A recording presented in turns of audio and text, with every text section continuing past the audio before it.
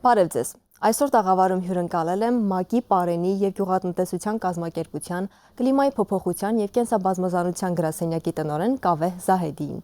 Mr. Zahedi, it's great to see you in Armenia and thank you for accepting our invitation. Thank you. Could you please briefly introduce your role at Food and Agriculture Organization and explain what the Office of Climate Change, Biodiversity and Environment focuses on globally? Sure. So I'm the director of the Office of Climate Change, Biodiversity and Environment at the Food and Agriculture Organization of the UN.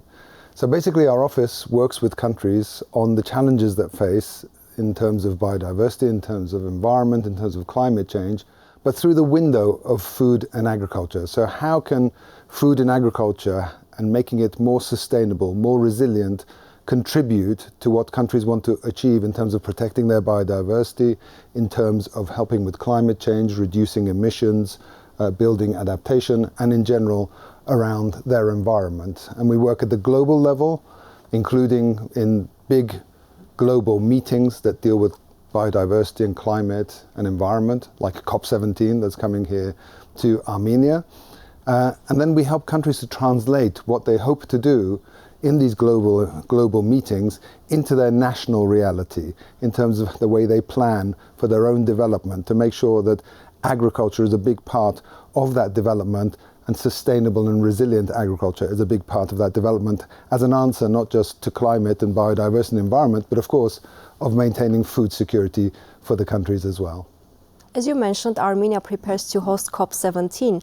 Why is this conference significant for global biodiversity, and also why is this important for Armenia to host it?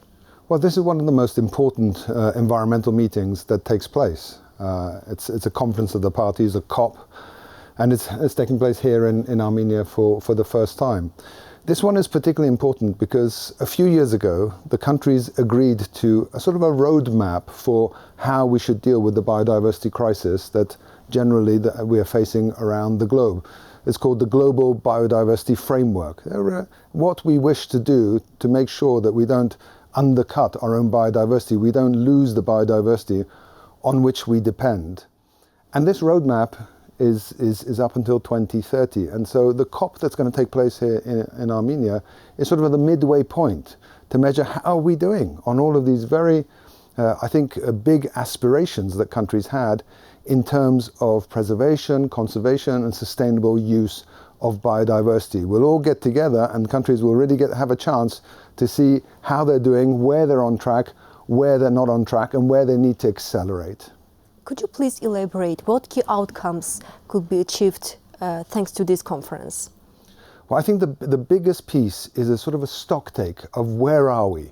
So all the countries will come to this COP already having presented their reports on how they're doing along all of the indicators, all of the targets of the Global Biodiversity Framework, of this global plan, including Target 10, which is to do with sustainable agriculture. So they'll say, well, we hoped to do this much when it comes to biodiversity, its preservation, its conservation, and here is where we are. And we'll look at that collectively to see, are we on track in essentially safeguarding our biodiversity, which is so critical for everything, including for our food and agriculture. Mr. Zahedi, speaking about opportunities, what opportunities does COP17 offer for Armenia to advance its national agenda on the conservation and sustainable use of biodiversity and climate resilience agriculture? Well, every opportunity. I mean, this is Armenia's chance to shine on the global stage. It's a very important meeting. It's a huge undertaking that Armenia has in front of it. I think it's a double chance. One is, of course, for Armenia to be on the global stage, to demonstrate as the president of the COP, as the presidency of this major biodiversity gathering, its international standing. And it needs to drive, in a way, the ambition for this conference and bring all the countries together into a consensus and into the decisions that they need to make. But at the same time, of course, it's a great opportunity for Armenia to demonstrate how the country itself is doing on biodiversity, including the sustainable use of biodiversity, because Armenia will also have to present its strategy, its national biodiversity strategy and action plan. Armenia will have to present its own national report on progress along the lines that were agreed on all the targets of the Global Biodiversity Framework. And I think, as with all presidencies, there's a sort of a spotlight on the presidency and what they commit to do, because that in a way gives them the confidence to drive the rest of the countries to raise their ambitions. So I think it's a wonderful opportunity for Armenia to demonstrate global leadership, but also national progress on its biodiversity agenda. And what are the practical ways that FAO will help the Armenian government to make the conference happen successfully? Well, for FAO, one of the most important things about the Global Biodiversity Framework, about this agreement that countries have signed up to, is that I think for the first time it fully acknowledges the importance of the sustainable use of biodiversity, including sustainable agriculture. So it's not just about protecting biodiversity, but it's about recognizing the value and worth and use of that biodiversity. So safeguarding that biodiversity because, for example, it underpins our agriculture. Without biodiversity, there is no agriculture. Without pollinators, there is no agriculture. We cannot produce probably 3/4 of the crops.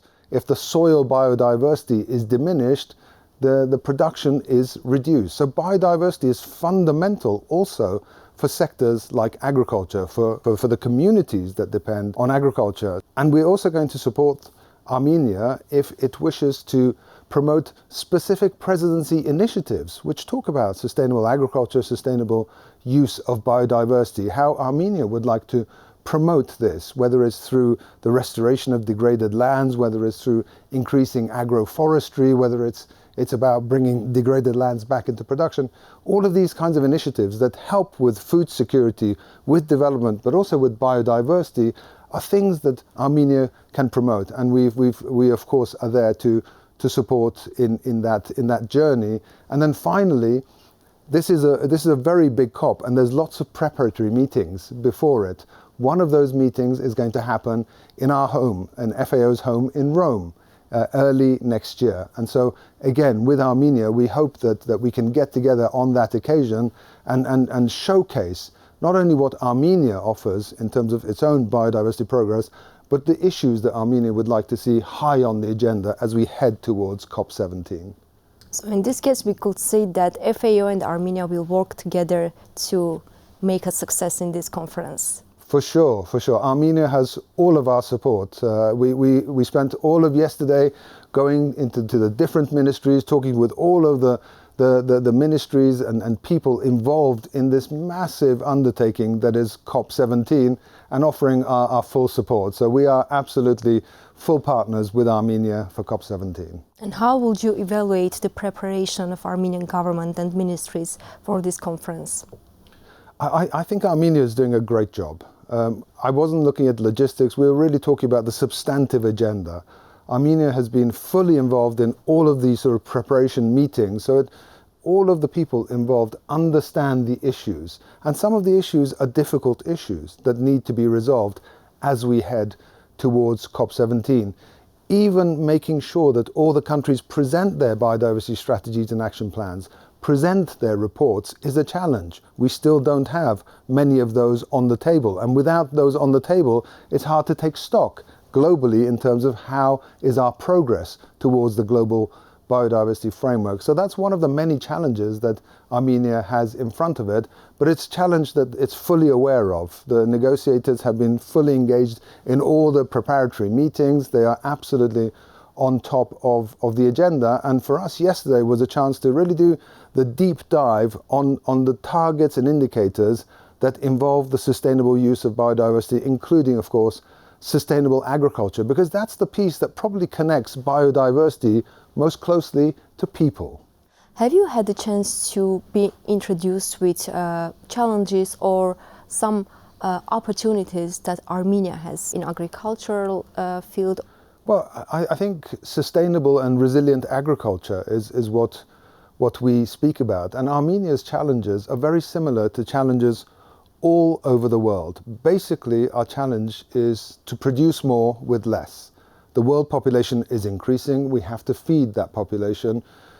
Today, somewhere around 700 million people are still going to bed hungry. So we still have a major challenge in terms of feeding the global population. At the same time, we have to do it in a way that's sustainable, and it's in a way that adjusts to a changing climate, so it becomes resilient to a climate that's changing. And I think there, Armenia has a lot to offer, because part of that is about biodiversity, or in a way the diversity of genetic resources, of the biodiversity of food and agriculture. So Armenia, of course, with vine and grapes and wheat and all the varieties that it has, many of these varieties might be, in a way, the solution to tomorrow's problems, where we have to grow food in environments that are drier, wetter, hotter, less predictable. And it's vitally important to maintain the genetic resources, which is, of course, biodiversity of food and agriculture. It is our best insurance against an uncertain future, and Armenia is one of the major custodians of that in the world. So we can say that hosting COP17 will bring global attention to the resources that Armenia has right now, right? I think it will definitely bring global attention to Armenia, and what people look for at these COPs is solutions.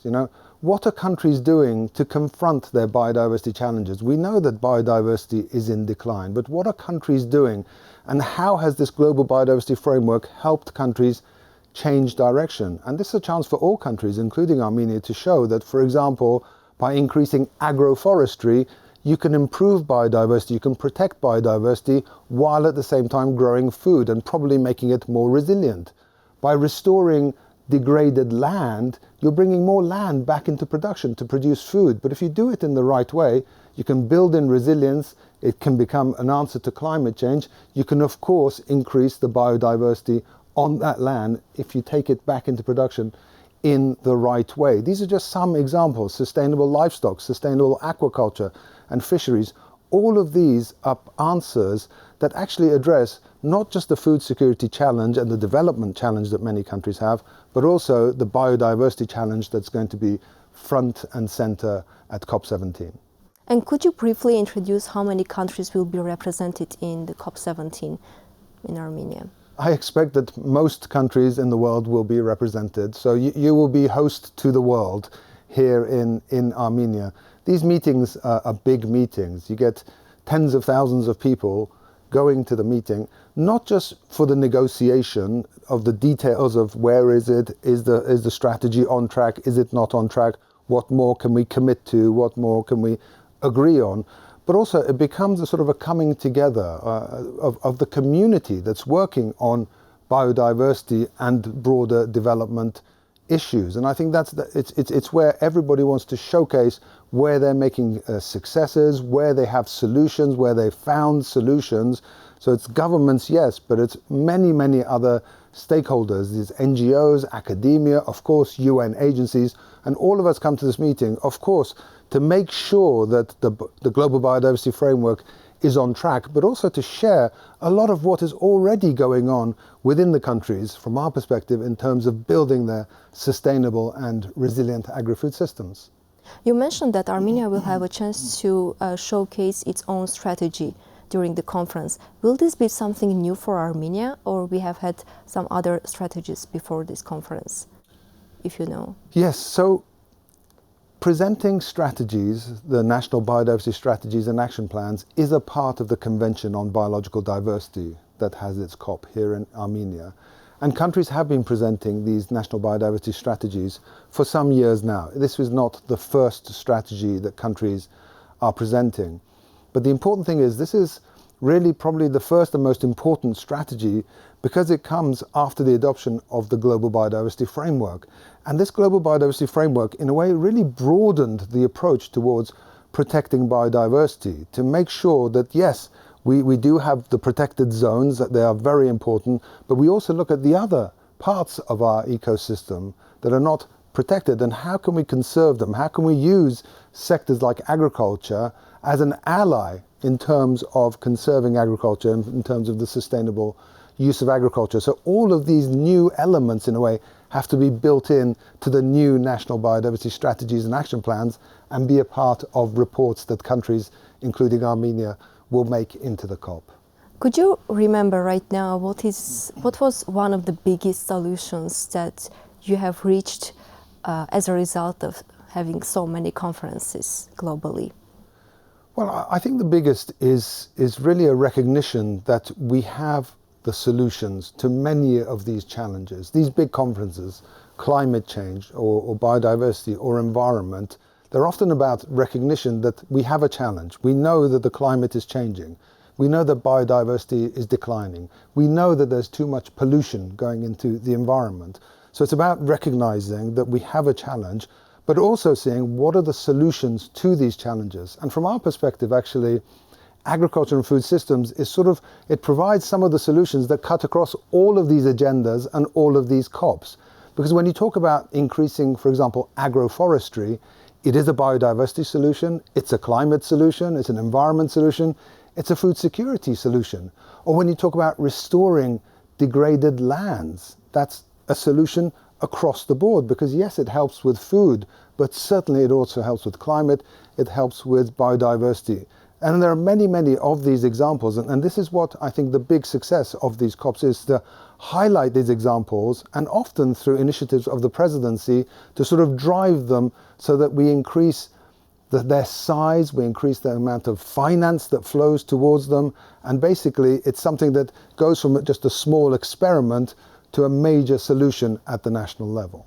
And what are the expectations for this conference, for this time, and what would you consider a breakthrough outcome for COP17 from FAO's point of view? Well, I think that success is for us to take full stock of where we stand on this very ambitious plan that countries have adopted for themselves, the Global Biodiversity Framework, the Kunming-Montreal Global Biodiversity Framework. I think success is taking full stock of where we stand globally, which means we have to have all of the strategies and the reports on the table before COP17. And I think success is recognizing where we're on track and where we're not on track and need to accelerate, and finding the initiatives and the investments that can help us with that acceleration. And we believe a lot of that acceleration, a lot of the opportunity still lies with investing and scaling up solutions through agriculture and food systems. And Mr. Zahedi, in the end of our conversation, if you could send a message to Armenian farmers, people who are in agricultural field, policymakers, and also youth as well, what will be your message before hosting COP17? Well, my message would be that this COP is very much about you. This is not a COP about a small biodiversity community. This is a COP about the agricultural community. This is a COP about the youth. This is a COP that is relevant to all of us, because it's a COP that deals with issues that are relevant for agriculture, to food systems, to sustainability, and to our future. So I would say to all of the friends and colleagues that this COP is absolutely about you, and we need your full engagement. Thank you for the interview. Thank you. Հարգելի հեռուստադիտողներ, հիշեցնեմ, որ ես զրուցում էի ՄԱԿ-ի պարենի եւ գյուղատնտեսության կազմակերպության, կլիմայի փոփոխության եւ կենսաբազմազանության գրասենյակի տնօրեն Կավեհ Զահեդիի հետ։ Կհանդիպենք։